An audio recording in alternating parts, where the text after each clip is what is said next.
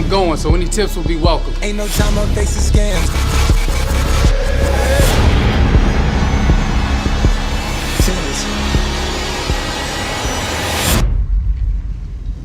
What do you think we're seeing? The detritus of a coming war.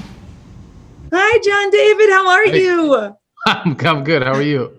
Good. The genius with this film, and pretty much any Christopher Nolan film, aside from the acting and the script, is the fact that you need to see it on the big screen, and not just once, 2 times, likely 3, to fully understand and appreciate all that the film is. So with that said, having gotten the script, been in the movie, then watched it, when your friends and family ask you to explain the movie, how on earth do you do it? Because I still can't.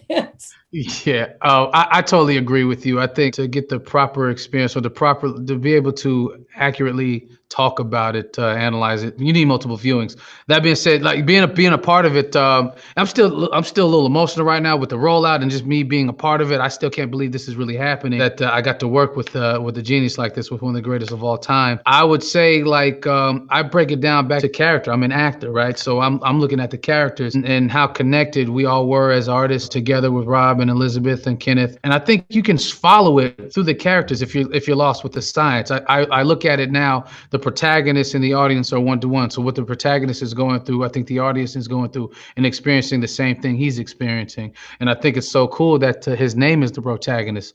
So, no matter how old you are, a man or woman, you can put yourself in the protagonist's shoes. And I think there's something about knowing little to nothing about his background lends itself to being open and understanding, being fully immersed into the experience as if you're that person and you're living it yourself, which is why it's so important to watch it in the movie theater, IMAX most specifically. And it's just fun. You feel like you're along for this insane ride. You know what I'm saying? I want to talk about this concept of first, because I think firsts are just a gift. And as we get older, they're fewer and further between. But I would imagine that on this film, you had a lot of firsts. Oh, yeah. I mean, I can start with Christopher Nolan at the screen test, saying my name and yelling cut in action. That was a first.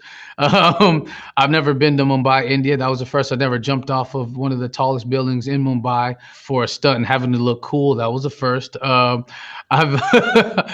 never, seen set pieces this big before. I've never been in an opera house with 3,000 plus people there, all practical, no green screen. That was the first. Never been to Estonia before.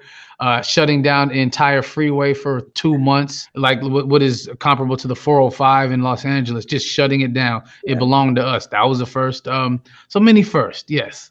Well, it's a big industry, but word does spread. And I just wanted you to know about your reputation, which has gotten back to me from numerous people, that you are one of the most genuine guys in this business. You should know that.